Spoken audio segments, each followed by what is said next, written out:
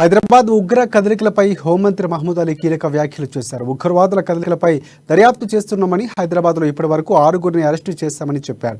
పట్టుబడ్డ వారి వివరాలు రాబడుతున్నామని, హైదరాబాద్ పోలీసులు అలర్ట్గా ఉన్నారని చెప్పారు. ఎలాంటి ఘటనలు జరగకుండా పోలీసు శాఖ అప్రమత్తంగా ఉందని వెల్లడించారు.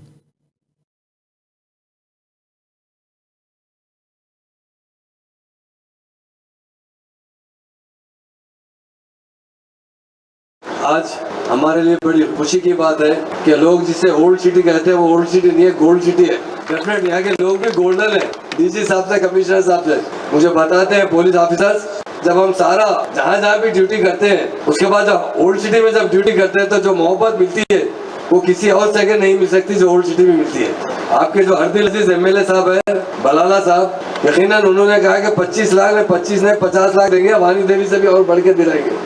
क्योंकि वानी देवी मैडम ने जब इलेक्शन में आए थे मुझे एक बात कही थी, होम मिनिस्टर साहब मैं सारी कॉन्स्टिट्यूंसी फिर रही हूँ, MLC कॉन्स्टिट्यूंसी बहुत बड़ी कॉन्स्टिट्यूंसी होती है, मैं जितना प्यार ओल्ड सिटी में मिला है कहीं और नहीं मिला। तो ये प्यार भरा शहर है।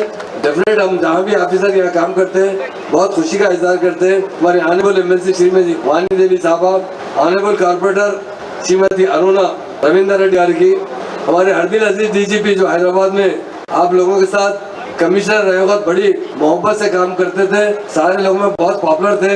रेस्पेक्टेड DGP श्री अंजनी कुमार साहब, रेस्पेक्टेड CP श्री CV आनंद साहब, ये भी बहुत अच्छा काम करते हैं, बहुत अच्छी तरीके से मसाइल हल करते हैं।